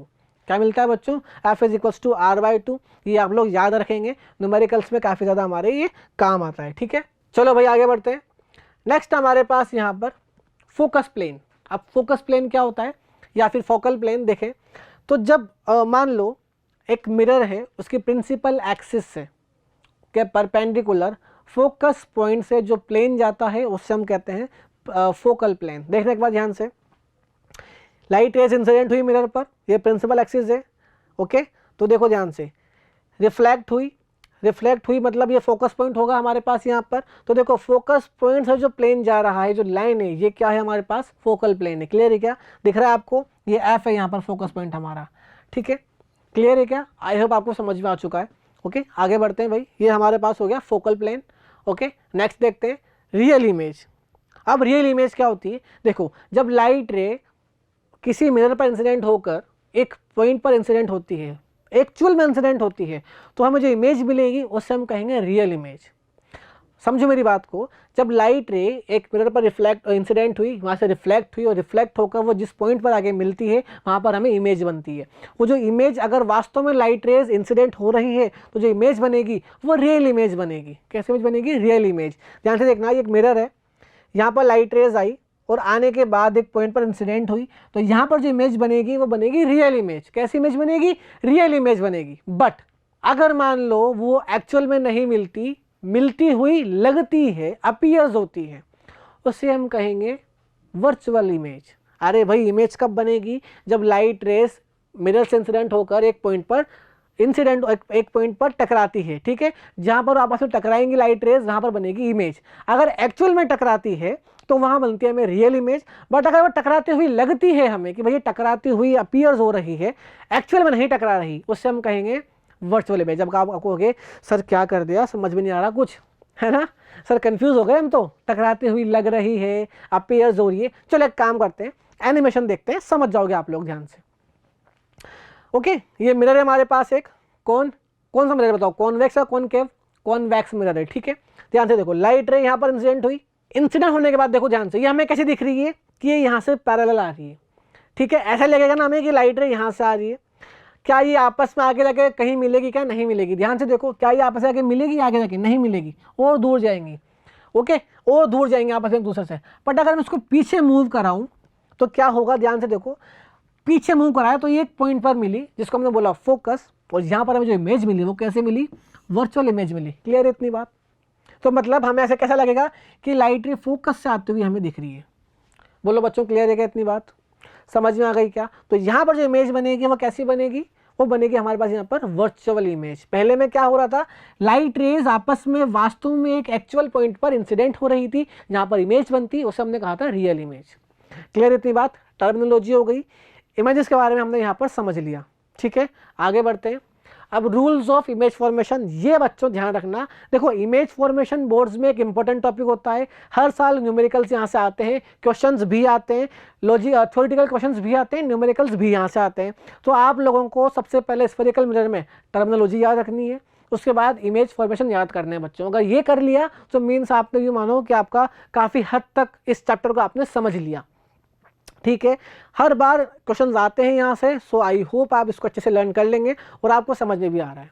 अरे यस नो तो बोल दो भाई, आ रहा है नहीं आ रहा, आ रहा है समझ में। आगे बढ़े, चलो रूल्स फॉर इमेज फॉर्मेशन, बड़े अच्छे रूल्स हैं, ऐसा बताऊंगा अभी यहाँ पर कि सारा समझ में आ जाएगा, एग्जाम्पल भी दूंगा और सॉरी एनिमेशन के थ्रू पूरा हम यहाँ पर समझेंगे। ठीक है, थ्योरी भी साथ के साथ आपको यहाँ पर शो हो रही है, बट हम सारा कॉन्सेप्ट ध्यान किस पे दे रहे हैं, एनिमेशंस पर और मेरी बातों पर। ठीक है, चलो भाई देखो, अब पहला रूल क्या है, a ray passing parallel to principal axis after reflection from a point mirror pass appears through the focus। देखो पहला नियम कैसे याद रखना है आपको, नियम याद रख लो पहले तो कि भाई अगर लाइट रे प्रिंसिपल एक्सिस के पैरेलल चलती हुई मिरर पर रिफ्लेक्ट होती है तो वो एक फोकस से होकर गुजरती है, बात खत्म। पहला रूल क्या है कि जब लाइट रे प्रिंसिपल एक्सिस के पैरेलल चलती हुई एक मिरर पर इंसिडेंट होगी तो वो रिफ्लेक्शन के बाद एक फोकस से होकर गुजरती है। ठीक है, फोकस क्या होता है आपको पता है, एग्जांपल देखो यहाँ पर ये प्रिंसिपल एक्सिस बना दी भाई हमने। अब लाइट रे आई और आने के बाद कहाँ से गुजरी, फोकस से होकर गुजरी। बोलो क्लियर है क्या इतनी बात। पोल, सेंटर ऑफ कर्वेचर और यहाँ से तक का जो डिस्टेंस है ये क्या हो जाएगा हमारे पास, रेडियस ऑफ कर्वेचर, मतलब रेडियस। ठीक है, और ये हमारे पास हो जाएगा फोकस पॉइंट। तो इमेज फॉर्मेशन की पहला रूल क्या है कि जब लाइट रे प्रिंसिपल एक्सिस के पैरेलल आती है तो आफ्टर रिफ्लेक्शन वो फोकस से होकर गुजरती है। सेकंड पॉइंट इसका जस्ट अपोजिट है कि लाइट रे अगर फोकस से होकर जाएगी तो आफ्टर रिफ्लेक्शन प्रिंसिपल एक्सिस के पैरेलल हो जाएगी। बोलो यस और नो, समझ गए। पहला रूल क्या था कि अगर लाइट रे प्रिंसिपल एक्सिस के पैरेलल आएगी तो रिफ्लेक्शन के बाद फोकस से जाएगी। अब लाइट इसका उल्टा भी करेगी, अगर लाइट प्रिंसिपल फोकस से जाएगी, हाँ रिफ्लेक्शन के बाद प्रिंसिपल एक्सिस के पैरेलल जाएगी। भाई क्या मैंने गलत तो नहीं बोला कुछ, अगर लाइट रे प्रिंसिपल फोकस से जाएगी तो रिफ्लेक्शन के बाद प्रिंसिपल एक्सिस के पैरेलल हो जाएगी। ठीक है, सेकेंड में भी यही हो रहा है बच्चों, ध्यान से देखना। सॉरी, अब देखो वो तो हमने देखा था कॉनकेव मिरर में, ये हम देख रहे हैं कॉन्वेक्स मिरर में, सेम पार्ट, पैरेलल जाएगी तो फोकस से आती हुई नजर आएगी हमें। ठीक है, सेकेंड नियम मैंने आपको पहले बता दिया, कोई बात नहीं, यहाँ पर देख लो एक बार। ठीक है, पैरेलल आ रही है तो फोकस होते हुए आगे नजर आएगी हमें। ठीक है, यहाँ पर सेकंड पॉइंट सिंपल है, अब मैंने बता दिया आपको, एग्जांपल देखेंगे डायरेक्ट इसका हम। ठीक है, राइट एनिमेशन देखेंगे बच्चों, मिरर है आपके पास, कॉनकेव मिरर है, यहाँ पर लाइट रे आएगी, देखो फोकस से होकर जा रही है और प्रिंसिपल एक्सिस के पैरेलल हो जा रही है। बोले क्लियर है क्या इतनी बात, फोकस से जा रही है फिर पैरेलल हो जा रही है। ये किसका केस है, कॉनकेव मिरर का। अब हम देखेंगे कॉन्वेक्स मिरर में क्या होगा भाई, कॉन्वेक्स मिरर में भी सेम चीज़ होगी। ये देखो पैरेलल जाएगी, कुछ ऐसे हो जाएगी और आती हुई कहाँ से देखेगी, फोकस से। ठीक है बच्चों, समझ में आ गया आपको दो रूल। थर्ड रूल क्या है कि भाई अगर लाइट रे सेंटर ऑफ कर्वेचर को से क्रॉस होकर आएगी, मींस अगर लाइट रे सेंटर ऑफ कर्वेचर से आती है तो रिफ्लेक्शन के बाद सेम उसी पाथ पर लौट जाएगी। ध्यान रखना, अगर सेंटर ऑफ, अरे भाई मिरर में कितने पॉइंट पड़े, पोल, फोकस और सेंटर ऑफ कर्वेचर, इन्हीं तीन पर नियम है। ठीक है, सेंटर ऑफ कर्वेचर का क्या नियम है कि अगर लाइट रे सेंटर ऑफ कर्वेचर से आएगी या सेंटर ऑफ कर्वेचर से आती हुई हमें अपीयर होगी तो वो रिफ्लेक्शन के बाद सेम पाथ को रिट्रेस कर लेगी। देखो ध्यान से, सेंटर ऑफ कर्वेचर से आ रही है एंड वापस उसी पाथ में लौट के जा भी रही है। यही केस होगा हमारे पास कॉन्वेक्स मिरर में। ये कॉनकेव मिरर का एग्जाम्पल था, कॉन्वेक्स मिरर में क्या होगा, सेम एज इट इज होगा बच्चों। ठीक है, मीन्स इसके लिए एंगल ऑफ इंसिडेंस बराबर एंगल ऑफ रिफ्लेक्शन कैसा हो जाएगा, 0 डिग्री हो जाएगा। ठीक है, ये देख लो कॉनकेव मिरर का देख लो बेटा केस, ये देखो सेंटर से आते हुए हमें लग रही है। ठीक है, बोलो क्लियर है क्या इतनी बात, सेंटर, फोकस और पोल।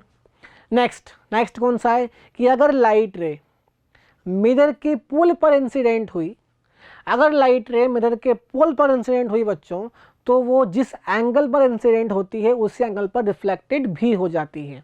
ठीक है, ध्यान से देखना, ये मिरर है हमारे पास, देखो पोल पर इंसिडेंट हुई तो जिस एंगल से इंसिडेंट हुई थी सेम एंगल से रिफ्लेक्टेड भी हो जाती है। मीन्स एंगल ऑफ आई बराबर एंगल ऑफ आर। क्या समझे भाई, इमेज फॉर्मेशन के 3 नियम। कैसे नियम, सबसे पहले 3 चीज़ें होती है मिरर में, पोल, फोकस, सेंटर ऑफ कर्वेचर। अगर लाइट रे प्रिंसिपल एक्सिस के पैरेलल आ रही है तो रिफ्लेक्शन के बाद फोकस से जाएगी, पहला नियम। सेकंड नियम, अगर फोकस से आ रही है तो रिफ्लेक्शन के बाद प्रिंसिपल एक्सिस के पैरेलल चली जाएगी, ठीक है भाई। तीसरा नियम क्या था कि अगर सेंटर ऑफ कर्वेचर से आ रही है तो रिफ्लेक्शन के बाद सेम वापस सेंटर ऑफ कर्वेचर से चली जाएगी, जिस रास्ते से आएगी उसी रास्ते से चली जाएगी। बहुत भोली भाली होती है लाइट हमारी, ठीक है। तो उसी पाथ को रिट्रेस कर लेगी, means angle of phi is equals to angle of r, ठीक है। एंगल ऑफ इंसिडेंस बराबर एंगल ऑफ रिफ्लेक्शन कैसा हो जाएगा हमारे पास, 0 डिग्री हो जाएगा, ओके। सेकंड थिंग क्या थी बेटा, लास्ट वाला था हमारे पास पोल, कि लाइट रे पोल पर अगर इंसिडेंट होती है तो जिस एंगल से इंसिडेंट होगी उसी एंगल पर रिफ्लेक्टेड भी हो जाएगी। अगर मान लो 30 डिग्री के एंगल पर इंसिडेंट हो रही है तो रिफ्लेक्शन कितने पे होगा, 30 डिग्री पे। क्लियर, ये 3 नियम है, ये 4 नियम है बच्चों। इन्हीं नियम से अब हम क्या करेंगे, इन्हीं 4 नियम से हम इमेज को फॉर्म करेंगे, ठीक है। देखते जाना मेरे साथ, बड़ा मजा आएगा। हम यहाँ पर इमेज बनाएंगे कॉनकेव मिरर के लिए भी एंड कॉन्वेक्स मिरर के लिए भी, ठीक है। देखना, image formation for a concave mirror, ठीक है भाई। हमने यहाँ पर एक कॉनकेव मिरर ले लिया, अब बड़ी जल्दी जल्दी हम इसको बनाएंगे। आई होप अब तक आप एक बार तो पढ़ ही चुके होंगे, ठीक है। और अब आपको यहाँ पर बस मैं एक इमेजिन करवाऊँगा, फील करवाऊँगा कि जो इमेजेस हैं वो किस तरह से बनती है। एंड हाँ, इस पूरे फॉर्मेशन के बाद मैं आपसे एक क्वेश्चन पूछूंगा, आप इसको बस ध्यान से देखना, ठीक है। इस जो पैटर्न चलेगा ना, इस पैटर्न से रिलेटेड एक क्वेश्चन पूछूंगा, बड़ा इंपॉर्टेंट है, मजा आएगा उसमें। देखना, ये हमारे पास ऑब्जेक्ट है, सेंटर ऑफ कर्वेचर है, फोकस है, पोल है, कॉनकेव मिरर है। सबसे पहले हमने लिया ऑब्जेक्ट को इन्फिनिटी पर, कि जब हम ऑब्जेक्ट को इन्फिनिटी पर लेकर गए तब क्या होगा। मैंने आपको क्या बताया था इमेज फॉर्मेशन के रूल में, कि लाइट प्रिंसिपल एक्सिस के पैरेलल पे आएगी, कहाँ पर जाएगी, फोकस पर इंसिडेंट होगी, यस और नो। अब अगर फोकस पर इंसिडेंट हुई है तो देखो ध्यान से, इमेज कैसी बनेगी, ऑब्जेक्ट इन्फिनाइट पे था, इमेज बनेगी एफ पर, फोकस पर। नेचर कैसा होगा, पॉइंट साइज, पॉइंट इमेज। अच्छा, ये माइनस आ रहा है यहाँ पर, यहाँ भी माइनस आ रहा है। अभी आप माइनस और पॉजिटिव साइंस को नेगलेक्ट करें, ये क्यों आ रहे हैं साइन, ये हम अभी यहाँ पर साइन कन्वर्शन में पढ़ने वाले हैं बच्चों, ठीक है। तो वो टॉपिक हम पढ़ेंगे अभी, तो अब आपको पता लगेगा कि यहाँ पे मैंने माइनस एफ क्यों लगा रखा है। गलत नहीं है, बट अभी आप बस नेगलेक्ट करना, इमेज कहाँ बन रही है, फोकस पर बन रही है, ठीक है। नेक्स्ट, अब मैं ऑब्जेक्ट को इन्फिनिट से लेकर सेंटर ऑफ कर्वेचर थोड़ा पीछे ले आया, तो जब ऐसा हुआ तो ऑब्जेक्ट कहाँ बना, देखो ध्यान से, सी और एफ के बीच में। इमेज कहाँ बनी, सी और एफ के बीच में। रियल बनी, इन्वर्टेड बनी और डिमिनिश्ड बनी। ध्यान से देखो, ये ऑब्जेक्ट है हमारा, इमेज ऐसी बनी, ठीक है। देखो नीचे की तरफ बन रहा है एरो हमारा, तो इन्वर्टेड बनी और डिमिनिश्ड बनी, ठीक है। नेक्स्ट, जब हम सेंटर ऑफ कर्वेचर पर ले आए ऑब्जेक्ट को, तब क्या होगा, तब ध्यान से देखो, इमेज हमारे पास सेंटर ऑफ कर्वेचर पर ही बनेगी, ठीक है। 6 केस होंगे हमारे पास यहाँ पर। देखो, ऑब्जेक्ट सी पर है, इमेज कहाँ बनी, सी पर बनी, और real, inverted and same size बनी। कैसी बनी, real, inverted and same size. आगे बढ़ते हैं, अब हम थोड़ा सा और आगे ले आए, ऑब्जेक्ट को हमने रखा centre of curvature and focus के बीच में, तो जब ऐसा हुआ तो इमेज कहाँ बनी, सेंटर ऑफ कर्वेचर से पीछे की तरफ बनी, ठीक है। नेक्स्ट देख लेते हैं भाई, जब आगे ले आए हम, अब हमने लिया है ऑब्जेक्ट को फोकस पर। जब हम फोकस पर ले आए ऑब्जेक्ट को, तब क्या होगा भाई, देखना, हम डायरेक्ट फोकस पर ले आए ऑब्जेक्ट को, तो देखना बच्चों, अब यहाँ पर लाइट रे कैसी बनेगी, कुछ जो इमेज होगी हमारे पास, देखो ध्यान से, इन्फिनिट पर बनेगी। कहाँ बनेगी, इन्फिनिट पर। अब एक बात समझो बच्चों, ये जो मैंने कहा ना इन्फिनिट पर बनेगी, इसका मतलब ये नहीं है कि इमेज बनेगी नहीं, या इतनी दूर बन जाएगी कि हमें दिखेगी नहीं। इमेज हमें दिखेगी, इमेज हमें दिखेगी। इनफाइनाइट का मतलब होता है कि अगर ये जो लेंथ है मेरे पास, अगर ये लेंथ मेरे पास मान लो अगर 2 सेंटीमीटर है, तो जो इमेज बनेगी वो बनेगी 20 मीटर्स पर। अब 2 सेंटीमीटर के लिए 20 मीटर कैसा हो गया बच्चों, एक इनफाइनाइट टर्म्स ही हो गया ना। इसीलिए इमेज तो बनती है, इमेज बनेगी आपके पास, आपको दिखाई भी देगी, बट इनफाइनाइट मतलब क्या हो गया, ऐसा नहीं है कि स्पेस में जाकर बनेगी। इसका मतलब ये है कि आप रैंडमली रेस्पेक्टिवली बहुत दूर बनेगी, ठीक है। चलो भाई आगे बढ़ते हैं। जब फोकस और पोल के बीच में हो हमारा ऑब्जेक्ट, तब क्या होगा, ये वाला केस इंपॉर्टेंट है, केस नंबर 6। यहाँ पर अभी तक जितनी भी इमेजेस बनी सारी देखो ध्यान से, real inverted, real inverted, real inverted, real inverted. सिर्फ एक केस ऐसा होगा कॉनकेव मिरर में जहाँ पर इमेज जो है वो वर्चुअल बनेगी एंड इरेक्ट बनेगी। कैसे बनेगी, वर्चुअल एंड इरेक्ट बनेगी, ओके। अब ध्यान से देखो, मैंने आपसे कहा था क्वेश्चन पूछूंगा, 6 केस पूरे हो चुके हैं बच्चों यहाँ पर। अब एक बताओ, आपने यहाँ पर क्या नोटिस करा, आपने यहाँ पर एक बात नोटिस करी, जैसे जैसे हम ऑब्जेक्ट को मिरर के पास लाते गए, वैसे वैसे दो चीज़ें होती गई। क्या हुई? पहली तो ये कि इमेज मिरर से दूर बनती गई। सेकंड थिंग, मिरर की जो साइज थी वो धीरे धीरे इंक्रीज होती गई। ध्यान से देखो, जब धीरे धीरे हम यहाँ पर बढ़ाते गए, जब हम ऑब्जेक्ट को पास लाते गए तो इमेज जो है वो धीरे धीरे कहाँ होती गई? पहले बनी थी कैसी? पॉइंट साइज, उसके बाद बनी डिमिनिश्ड, मतलब थोड़ी सी बड़ी हुई। उसके बाद जब हम सेंटर ऑफ कर्वेचर पर लाए, मतलब पास लाते जा रहे हैं, तो ऑब्जेक्ट देखो धीरे धीरे दूर जाती जा रही है। पहले यहाँ थी, फिर यहाँ थी, ओके। उसके बाद देखो ध्यान से, सेम साइज बनी, पॉइंट साइज से थोड़ी बड़ी हुई, डिमिनिश्ड हुई, फिर सेम साइज की हुई। उसके बाद मैग्नीफाइड हुई। कैसी हुई बच्चों? मैग्नीफाइड हुई। उसके बाद वापस से मैग्नीफाइड बनी एंड बाद में हाईली मैग्नीफाइड बनी, इतनी बड़ी बन गई। ठीक है, तो जैसे जैसे हम ऑब्जेक्ट को मिरर के पास लाए इन्फिनिटी से कॉनकेव मिरर में, तो इमेज धीरे धीरे इंक्रीज होती गई, इमेज की साइज, और वो मिरर से दूर बनती गई। ठीक है, कॉनकेव मिरर के सभी केसेस में इमेज कैसी बनेगी? रियल इमेज बनेगी। सिर्फ और सिर्फ एक केस ऐसा होगा जिसमें इमेज बनेगी वर्चुअल इरेक्ट। वो केस कौन सा होगा? जब ऑब्जेक्ट आपका फोकस और पोल के बीच में होगा। क्लियर है क्या भाई? इतनी बात बोलो, क्लियर है? आगे बढ़ें क्या? चलो भाई ठीक है, आगे बढ़ते हैं। ये सब बातें हो गई हमारे पास कॉनकेव मिरर के लिए। अब इसके कुछ क्या कहते हैं यूज़ क्या होंगे कॉनकेव मिरर के। ठीक है, तो अगर हम यूज़ की बात करें तो देखना बच्चों, पहला, it is use in shaving mirror. Shaving mirror में यूज़ होता है ये। ध्यान से देखो, शेविंग मिरर छोटा होता है, हम उसको बहुत पास ले आते हैं तो हमें हमारा चेहरा बड़ा दिखाई देता है। ठीक है। Second, it is use as a reflector in the headlights of the vehicle. Headlight का जो व्हीकल से जो हेडलाइट होते हैं उनमें एज अ रिफ्लेक्टर ये कॉनकेव मिरर यूज होता है। Second thing, it is use by doctor to focus a parallel beam of a light on a small area. Dentist जो होते हैं वो कॉनकेव मिरर का यूज करते हैं। ठीक है, नेक्स्ट है बच्चों हमारे पास यहाँ पर, ये बात होगी कॉनकेव मिरर की। अब बचा कॉन्वेक्स मिरर। दो मिरर पढ़े थे हमने, concave mirror and convex mirror. अब ये कॉन्वेक्स मिरर क्या होता है भाई? तो देखो, कॉन्वेक्स मिरर के लिए हम बनेंगे इमेज फॉर्मेशन पढ़ेंगे यहाँ पर।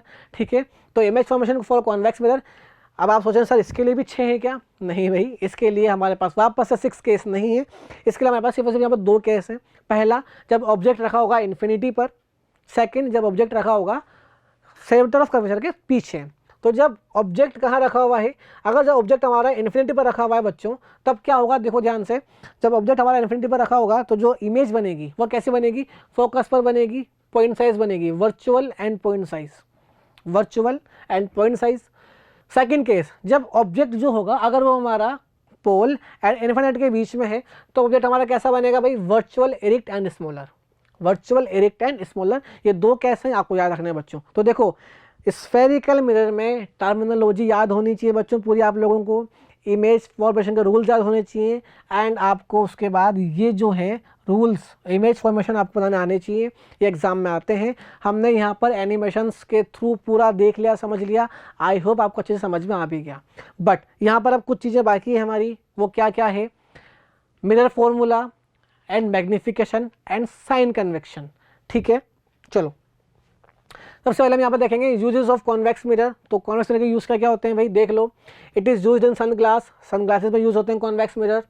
It is used in the rear view mirror in the automobiles, cars में, ट्रक्स में, जितने हमारे व्हीकल हैं सब में कॉन्वेक्स मिरर यूज़ होते हैं बेटा। It is utilise in ATM cards, other place for security regions.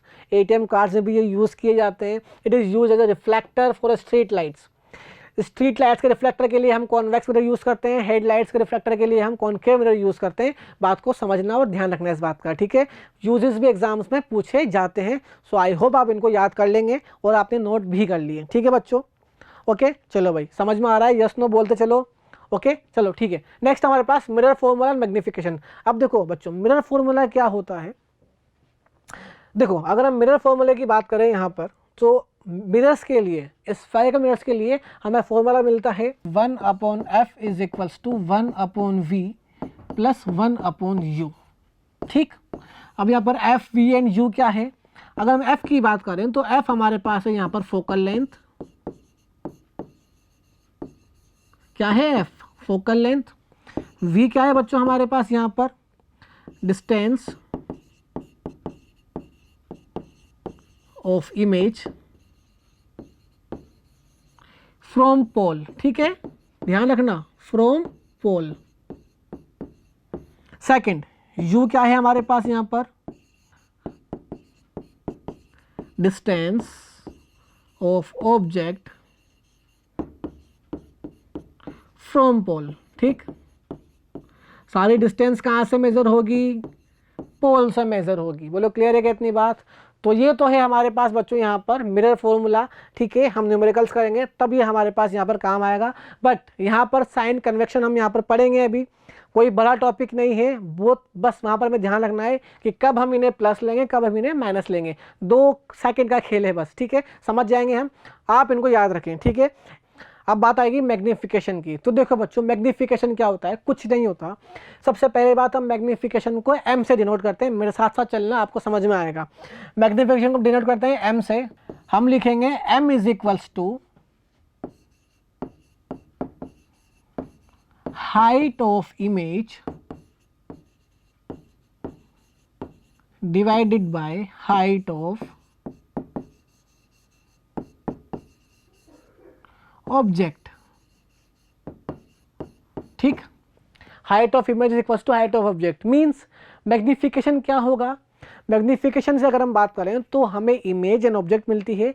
Image की हाइट और ऑब्जेक्ट की हाइट का जो रेशियो होगा उसे हम कहेंगे मैग्नीफिकेशन।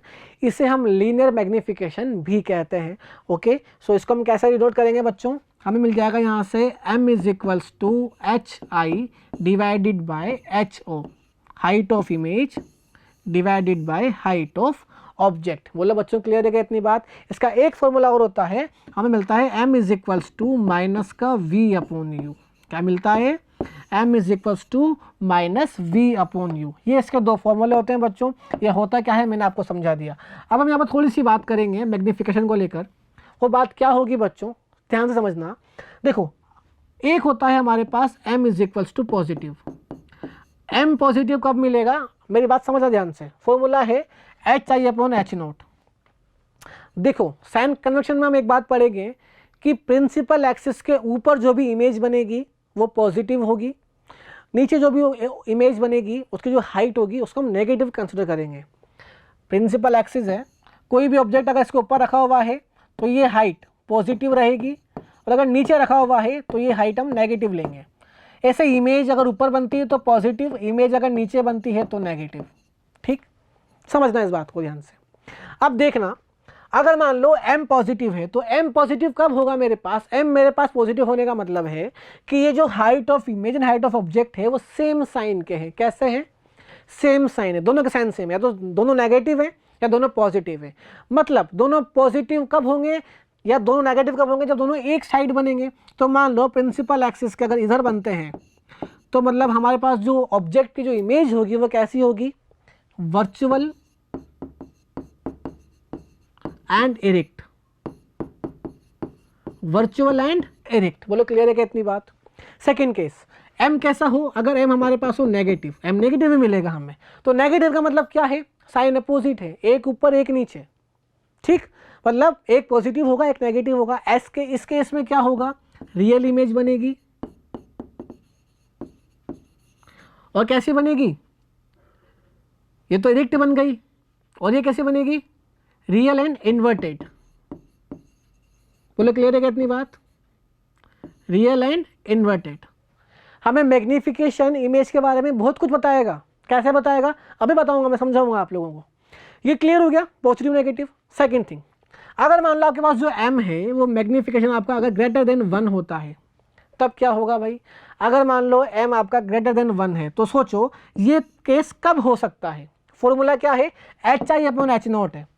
ये m ग्रेटर देन 1 जब होगा जब height of image height of object से ज़्यादा होगी। मतलब इसको हम ऐसे लिखेंगे, मतलब h of i is greater than h of note, मतलब h ऑफ ऑब्जेक्ट। और अगर ऐसा है तो ये कैसा होगा? m मतलब इमेज जो है वो इमेज कैसे बनेगी?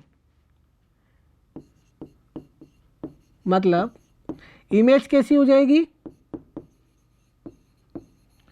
मैग्नीफाइड। कैसी हो जाएगी? मैग्नीफाइड।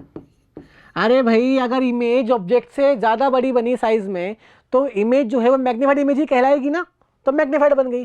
सेकंड थिंग, अगर m इज़ लेस देन 1 है, ये कब पॉसिबल होगा? ध्यान से देखो, जब ऑब्जेक्ट की साइज इससे ज़्यादा हो। तो ऐसा होगा मीन्स लिखो आप बस, मतलब H i is less than H note, ठीक है। मीन्स क्या होगा, इमेज कैसे बनेगी बच्चों, मैं यहां लिख देता हूं ऊपर, जब H i is less than H note होगा तो मुझे इमेज मिलेगी। वो इमेज कैसी मिलेगी, डिमिनिश्ड मिलेगी, ठीक है भाई। क्लियर है क्या इतनी बात, ये चीजें ध्यान रखना। अच्छा, अब मान लो अगर मुझे दे दिया जाए m इज इक्वल टू -4, इससे क्या पता लग रहा है, तो देखो पहली बात तो ये माइनस साइन आ रहा है, मतलब साइन कैसे है, अपोजिट है। साइन अपोजिट है मतलब रियल इमेज है और इन्वर्टेड है, रियल है और इन्वर्टेड है। सेकंड थिंग, मैग्निफिकेशन 4 आ रहा है, मतलब इसका मतलब H i upon h note कैसा है, 4 टाइम्स है। अरे इसको क्या लिखूंगा मैं, ऐसे लिखूंगा ना इसको मैं, यहाँ पर ध्यान से देखना, h i upon h not is equal to 4 means h i is equal to 4 times of h not, मतलब इमेज ऑब्जेक्ट के 4 टाइम्स ज़्यादा है, तो मतलब मैग्नीफाइड है। तो मतलब क्या हुआ, इमेज कैसे हुई, मैग्नीफाइड हुई, मैग्नीफाइड के साथ साथ real, inverted and magnified. Image कैसी बनी, रियल, इन्वर्टेड एंड मैग्नीफाइड। बोलो क्लियर है क्या भाई, इतनी बात समझ में आ गया, इतनी बात ओके। ये सब मैग्निफिकेशन के बारे में था बच्चों, आई होप आपको अच्छे से समझ में आ गया। चलो भाई ओके, आगे बढ़ते हैं। Sign convection of a spherical mirror. अब देखो साइन कन्वेक्शन क्या पढ़ेंगे हम, सिंपल सा कॉन्सेप्ट है, देखना। मान लो ये मैंने बना लिया एक मिरर और ये बन गई हमारी प्रिंसिपल एक्सिस। ये कॉनकेव मिरर के लिए भी है, कॉन्वेक्स मिरर के लिए भी है। अब ये है हमारे पास कॉनकेव मिरर, तो ये पोल हो जाएगा हमारे पास, ये हमारे पास फोकस पॉइंट और ये सेंटर ऑफ कर्वेचर, बोले तो रेडियस, ये हमारे पास हो जाएगी फोकल लेंथ एफ। अब देखो बच्चों, सबसे पहली बात, डिस्टेंस हमेशा मेजर होगी पोल से। कहाँ से, पोल से। डिस्टेंस मेजर होगी हमेशा पोल से, ये हमारे पास पोल आ गया। और हम क्या करेंगे, हम चलेंगे लाइट के साथ, मीन्स लाइट ही जिस डायरेक्शन में जाएगी उसको हम पॉजिटिव मान के चलेंगे। तो हम जितने भी मेजरमेंट लेंगे उन मेजरमेंट्स में अगर वो मेजरमेंट, पहली बात तो मेजर करेंगे पोल से, और अगर वो मेजरमेंट लाइट की डायरेक्शन के पैरेलल है, मतलब समान है, तो हम उसको लेंगे positive, otherwise negative. For example यहाँ पर लाइट इंसिडेंट कैसे होगी बच्चों, कुछ ऐसे होगी, ऐसे ही होगी। तो मान लो लाइट ऐसे जाकर ऐसे जा रही है, और यहाँ पर मान लो मुझे अगर f फाइंड करना है तो f कैसा होगा, नेगेटिव होगा। पहली बात, हम मेजर कहाँ से करेंगे, पोल से करेंगे। तो देखो जब मैं मेजर कर रहा हूँ तो मेजर में पोल से कुछ ऐसे करूँगा, ये देखो भाई फोकस ऐसा चला, तो लाइट चल रही थी ऐसे, मैं चला यूं, मतलब मैं लाइट के अपोजिट चला, तो फोकल लेंथ कैसी हो जाएगी, यहाँ पर नेगेटिव हो जाएगी। कैसी हो जाएगी, नेगेटिव। बोलो क्लियर है क्या इतनी बात।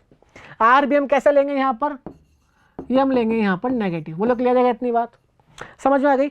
यहीं अगर हम बात करें कॉन्वेक्स मिरर की, ध्यान से देखना, ये मेरे पास अब कॉन्वेक्स मिरर आ चुका है, ये प्रिंसिपल एक्सिस है, ये मेरे पास पोल है, ये मेरे पास फोकस है, और ये मेरे पास रेडियस ऑफ कर्वेचर है। लाइट ऐसे जाएगी और ऐसे घूमेगी, और फिर फोकस सातवीं भी लगेगी, ठीक है। ये फोकस हो गया। मेजरमेंट थोड़ा बच्चों आप लोग चेक कर लेना, ठीक है, जल्दबाजी में थोड़ा सा गड़बड़ शायद हो जाएगा, ठीक है। ये हमारे पास सी हो गया। अब देखो ध्यान से, अगर ऐसा है तो फोकल लेंथ मेजर करूंगा तो कहाँ से करूंगा, पोल से करूंगा। कैसे करूंगा, ऐसे ही मेजर करूंगा ना भाई। लाइट कैसे आई, ऐसे आई, तो मैंने सेम डायरेक्शन लिया, तो मतलब यहाँ पर एफ कैसा हो जाएगा मेरे पास, पॉजिटिव होगा। सी भी कैसा हो जाएगा मेरे पास, पॉजिटिव होगा, मतलब आर कैसा हो जाएगा, पॉजिटिव हो जाएगा। बोलो क्लियर है क्या भाई इतनी बात। अब देखो इसीलिए हम लोग जो इमेज फॉर्मेशन देखे थे, तो कॉनकेव मिरर में सब जगह -f आ रहा था, -c आ रहा था। क्यों आ रहा था, क्योंकि हमने मेजर कहाँ कर रहे थे, इस तरफ कर रहे थे, समझ गए। हम यहाँ पर, ये पोल था हमारे पास, ये हमारे पास f था, ये हमारे पास यहाँ पर r था, तो हम मेजर यहाँ कर रहे थे। इमेज हमारी यहाँ बन रही थी, फोकस पर बनी, फिर यहाँ बनी, फिर यहाँ बनी, फिर यहाँ बनी, फिर यहाँ बनी, तो हमने कैसा लिया था, नेगेटिव लिया था। सब क्लियर है इतनी बात। एक इमेज यहाँ बनी थी आगे की तरफ, तो हमने उसको लिया था पॉजिटिव।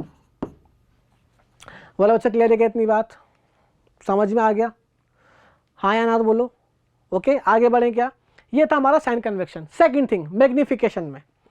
मैग्निफिकेशन में क्या होगा बच्चों, मैग्निफिकेशन के लिए प्रिंसिपल एक्सिस है और ये मिरर है। अगर ऑब्जेक्ट हमारा यहाँ बनता है, मतलब इमेज यहाँ बनती है, मतलब प्रिंसिपल एक्सिस के ऊपर, तो ये सब कैसी हो जाएगी, पॉजिटिव और ये सब कैसी हो जाएगी, नेगेटिव। ईजी है, क्लियर है क्या इतनी बात? ऊपर बने तो पॉजिटिव, नीचे बने तो नेगेटिव। समझ में आ गया बच्चों? ओके, ये था हमारा साइन कन्वेक्शन। चलो भाई आगे बढ़ते हैं। नेक्स्ट हमारे पास यहाँ पर एक न्यूमेरिकल, एक अच्छा सा न्यूमेरिकल है, चलो देखते हैं करके क्या आता है। A convex mirror used for a rear view on the automobile has a radius of curvature 3 meter. If a bus is located 5 meter from this mirror, find the position, nature and size of the image. देखो बच्चों, यहाँ पर हमें क्या दे रखा है, सबसे पहले हम देखेंगे, हमें यहाँ पर गिवन है रेडियस ऑफ कर्वेचर, ठीक है, मीन्स हमें यहाँ पर आर गिवन है, आर हमें यहाँ पर गिवन है 3 मीटर। सेकेंड थिंग क्या है, लोकेटेड 5 मीटर, मीन्स ऑब्जेक्ट की डिस्टेंस, ऑब्जेक्ट की डिस्टेंस में कैसे पता करती है, यू से। यू हमें यहाँ पर गिवन है बच्चों, कितना है, ऑब्जेक्ट हमें गिवन है यहाँ पर 5 मीटर। उसके बाद हमें यहाँ पर उसकी पोजीशन फाइंड करनी है, नेचर फाइंड करना है। तो मतलब हम यहाँ पर लगाएंगे मिरर फार्मूला। मिरर फार्मूला बोले तो 1/f 1/v plus 1/u, but यहाँ पर हम साइंस का ध्यान रखेंगे।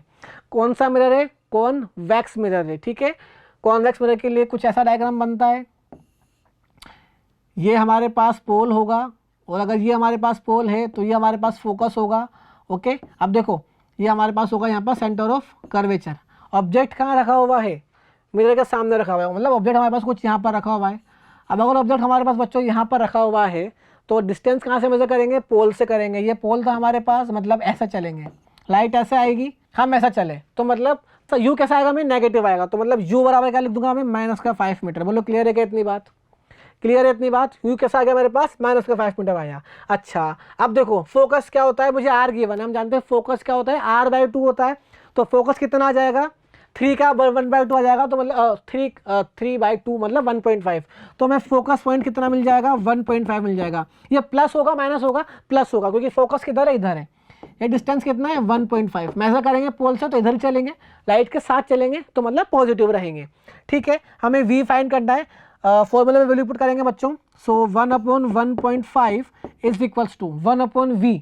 ऑब्जेक्ट इधर है, सॉरी इमेज हमें नहीं पता किधर बनेगी, देखते हैं। तो हम यहाँ पर लिखेंगे 1/v माइनस यू कितना है, 5 है, तो 1/5 आ जाएगा बच्चों।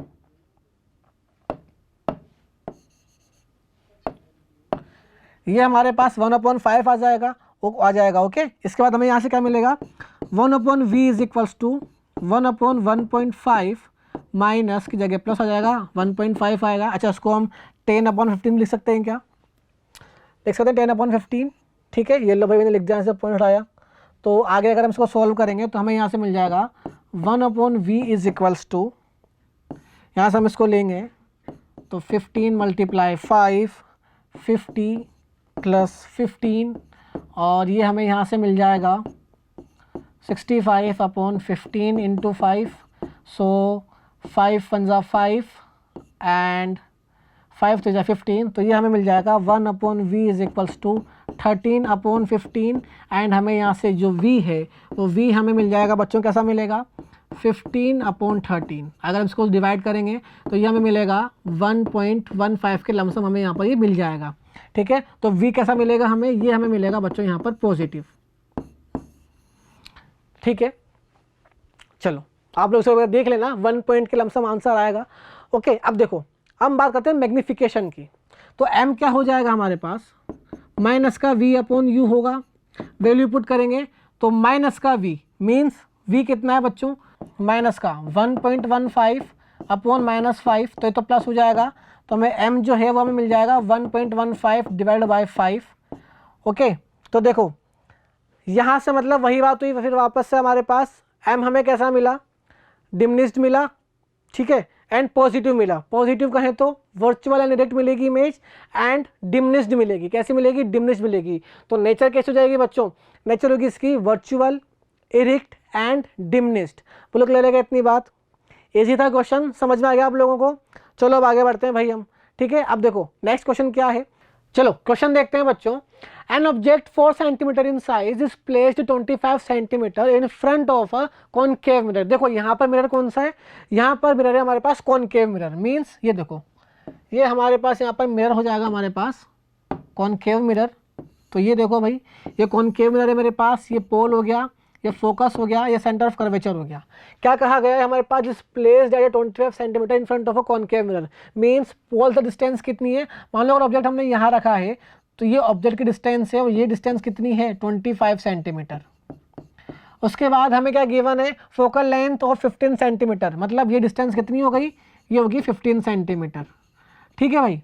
अब देखो एट व्हाट डिस्टेंस, अच्छा ऑब्जेक्ट 4 सेंटीमीटर है, मीन्स हाइट हमें गिवन है भाई, हमें हाइट भी गिवन है 4 सेंटीमीटर। अब देखो at what distance from the mirror should a screen be placed in order to obtain a sharp image, हमें शार्प इमेज के लिए स्क्रीन को कहाँ रखना होगा, मिरर से। तो देखो मतलब हमें यहाँ पर क्या क्या गिवन है भाई, यहाँ पर हमें गिवन है फोकल लेंथ है वो कहाँ से मेजर करेंगे, पोल से करेंगे, कुछ ऐसे करेंगे मतलब, और लाइट कैसे जा रही है, ऐसे जाएगी, मीन्स हम लाइट के अपोजिट हैं तो नेगेटिव आ जाएगा। उसके बाद यहाँ पर हमें ऑब्जेक्ट डिस्टेंस गिवन है u is equal to -25 centimetre, reason sign convention आ जाएगा बच्चों। हमें यहाँ पर v फाइंड करना है, ठीक है, v हमें यहाँ पर कैलकुलेट करना है। तो हम यहाँ पर v कैलकुलेट कैसे करेंगे, with the help of mirror formula. But हमें यहाँ पर नेचर भी फाइंड करनी है और हमें यहाँ पर हाइट दे रखी है सिंस, तो हम यहाँ पर थोड़ा सा मैग्निफिकेशन का भी सहारा लेंगे, हम वहाँ की भी हेल्प लेंगे थोड़ी सी बच्चों। कैसे करेंगे ध्यान से देखना। सबसे पहले हम v निकालेंगे, v कितना आ जाएगा आप निकाल लोगे क्या, 1/f is equal to 1/v plus 1/u, ही तो करना है, चलो करो मेरे साथ साथ करो।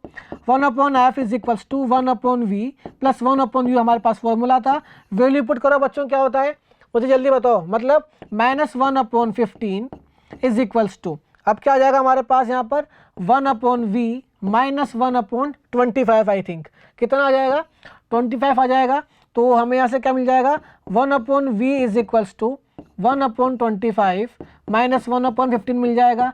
इसको जब हम सोल्व करेंगे तो हमें यहाँ पर v कितना मिलेगा, जल्दी बताओ करके, v कितना मिल जाएगा भाई, हमें यहाँ पर v मिल जाएगा, वो माइनस करेंगे तो लगभग ये मिलेगा माइनस का 37.5 सेंटीमीटर। तो v कितना मिलेगा -37.5 सेंटीमीटर, मतलब हमें जो स्क्रीन है उसको पोल से -37.5 सेंटीमीटर पर रखना होगा to get a sharp image. तो v कितना आ जाएगा, ये हमारा हो गया आंसर 37.5 सेंटीमीटर।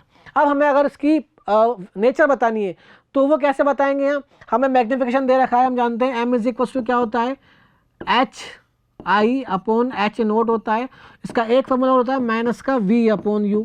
तो यहाँ पर हम वैल्यू पुट करेंगे, हमें HI कितना गिवन है, ये हमें नहीं गिवन है भाई, HI/H0 कितना है हमारे पास यहाँ पर 4 गिवन है, इज इक्वल्स टू माइनस का v कितना है हमारे पास 37.5 है, डिवाइडेड बाय u कितना है, u हमारे पास है, जल्दी बताओ भाई u कितना है, u हमारे पास यहाँ पर 25। ठीक, अब यहाँ से हम अगर HI निकालें तो HI हमारे पास कितना आ जाएगा, ये हमारे पास आ जाएगा 6 सेंटीमीटर, कितना आ जाएगा, ये भी माइनस का होगा बच्चों, तो ये आएगा माइनस का 6 सेंटीमीटर।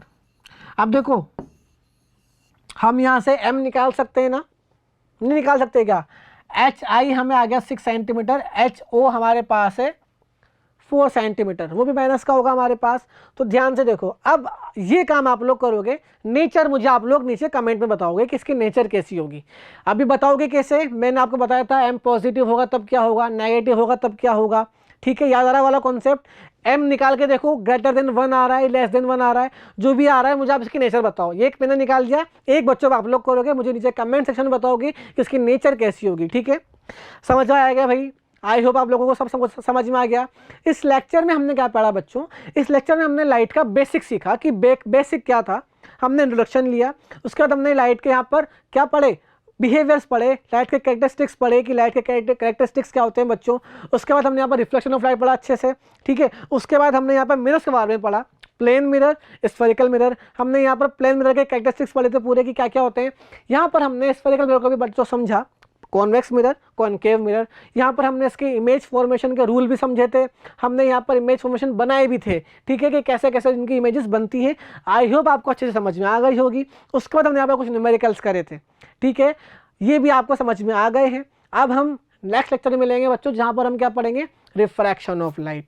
तो आई होप आप मुझे वहाँ भी ज्वाइन करेंगे, बड़ा मज़ा आया बच्चों आपके साथ, ठीक है। आई होप आपको भी लेक्चर समझ में आया होगा।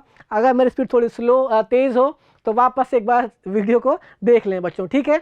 सो आई होप आपको पूरा लेक्चर समझ में आ गया। अब हम मिलते हैं बच्चों नेक्स्ट लेक्चर में, okay. So thank you so much बच्चों, ओके। अब हम मिलेंगे नेक्स्ट लेक्चर में। Bye, have a nice day.